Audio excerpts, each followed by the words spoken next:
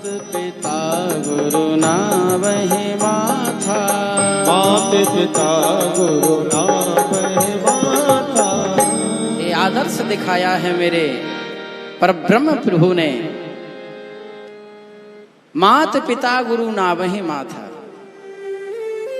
अभिवादन शीलस्य नित्यं वृद्धोपि सेविना, चत्वारि तस्य वर्धन्ते आयुर विद्या यशोर बलम। जो नम्र होते हैं, माता पिता गुरु या अपने बड़े जनों के चरणों में जो प्रणाम करते हैं, उनके चार पुरुषार्थ बढ़ते हैं। अभिवादन शीलस्य नित्यम वृद्धोपि सेविना, बड़ों की सेवा करने वाले के चार पुरुषार्थ बढ़ते हैं। पहला कौन सा है? बोले आयु।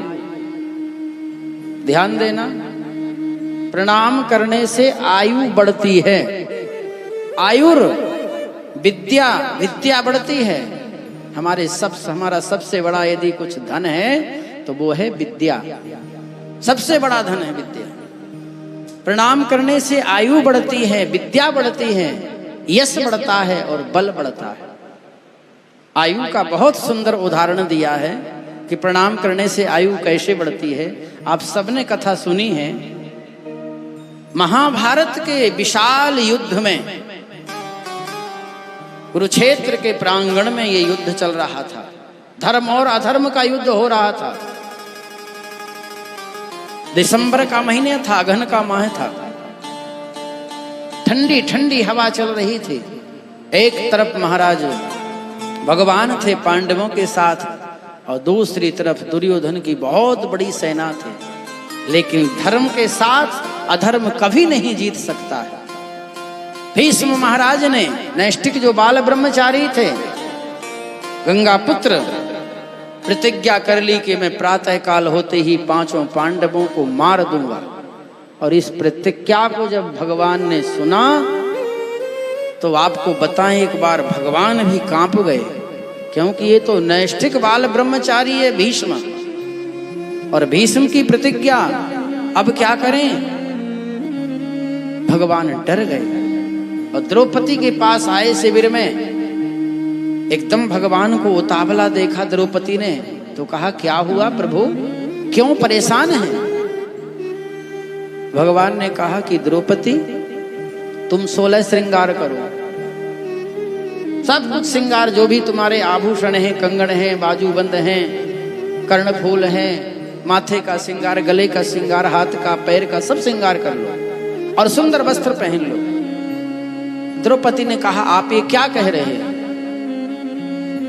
भगवान ने कहा, मैं जो कह रहा हूं वो करो। द्रौपदी बोली कि आप ये बताओ कि मेरे पति तो कष्ट में हैं, इस समय इतना बड़ा युद्ध छिड़ा हुआ है, और पति को जब कोई कष्ट हो तो पत्नी को श्रृंगार शोभा देगा क्या?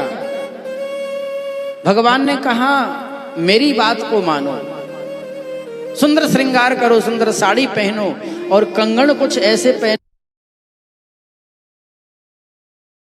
पति समझ नहीं पाएगी क्या लीला है ये, पर भगवान कह रहे थे, मान गई।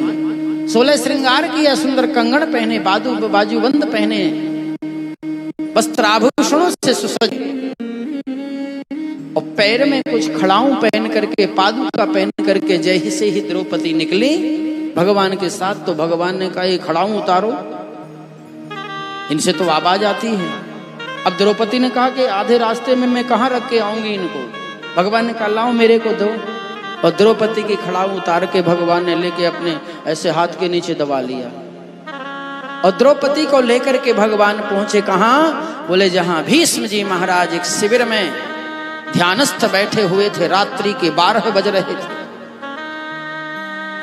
यहां रोज दुर्योधन की पत्नी भानुमति भीष्म जी को प्रणाम करने आती थी, और भीष्म जी आशीर्वाद देते थे कि देवी सौभाग्यवती भव। एक महात्मा का आशीर्वाद मिल रहा था नित्य निरंतर उसको।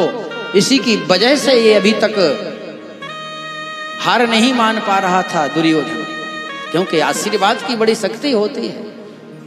और आज ये श्रीमान जी भानुमति से पहले द्रौपदी को लेके पहुंच गए। वो तो महात्मा नेत्र बंद किए हुए थे, ध्यानस्थ थे, समाधि में थे।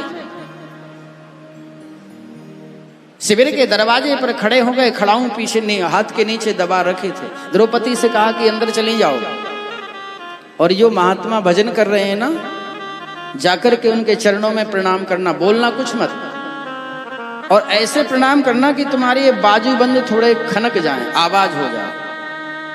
द्रौपदी ने प्रणाम किया, और वैसे भी कोई सौभाग्यवती नारी प्रणाम करे तो कुछ तो आवाज होगी। जैसे ही कुछ आवाज आहट हुई, भीष्म जी महाराज ने समझा कि वो भानुमति आ गई। रोज आती थी प्रणाम करने, तो समाधि में नेत्र बंद थे और कहा, देवी चिर सौभाग्यवती भव। और द्रौपदी ने हाथ जोड़ करके उसी समय कहा कि भगवान महात्मन, आपने तो श्राप दिया है कि प्रातः काल होते ही मैं 5 पांडवों को मार दूंगा। अब जब पांडव ही नहीं रहेंगे तो मेरा सौभाग्य कैसा। इधर आप आशीर्वाद भी दे रहे हैं कि चिर सौभाग्यवती भव, तेरा सौभाग्य अमर रहे, अखंड सौभाग्यवती भव। ऐसा जब सुना भीष्म जी ने तो समाधि वमाधि टूट गई, नेत्र खुले तो देखा भानुमति की जगह द्रौपदी खड़ी थी। घबरा करके खड़े हुए, तू कैसे आ गई यहां? इसमें अवश्य उसी छलिया की लीला है। और दौड़ पड़े और शिविर में आकर के देख के बाग गेट के दरवाजे पर देखा तो श्रीमान खड़े हुए थे, पीतांबर ओढ़े हुए थे।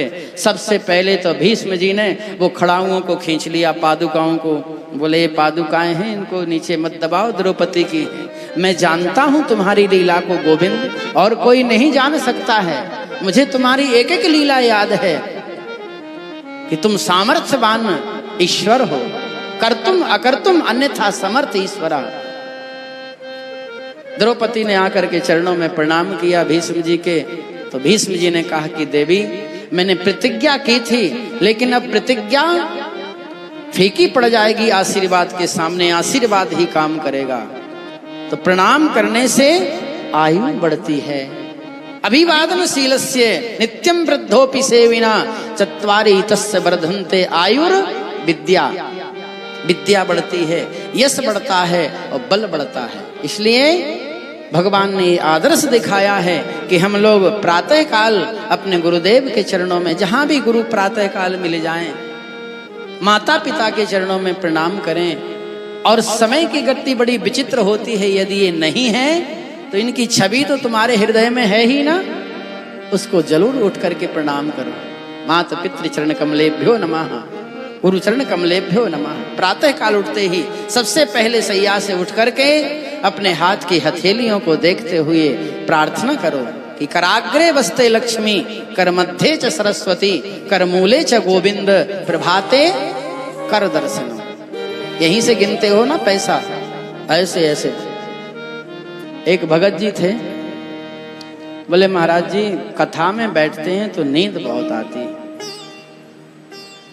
हमने कहा कभी पैसे गिनते नींद आती? बोले उस समय तो आ भी रही होगी तो भाग जाती, पैसे गिनते नींद नहीं आएगी, क्योंकि लक्ष्मी यहीं से गिनते हो। तो कराग्रे, करके अग्रभाग में लक्ष्मी का वास है। यहीं से तिलक लगाते हो ना, किसी को तिलक लगाने के लिए ये अंगुली है, हा? और झगड़ा करने के लिए ये अंगुली है, लेकिन करते तो आगे से ही है ना।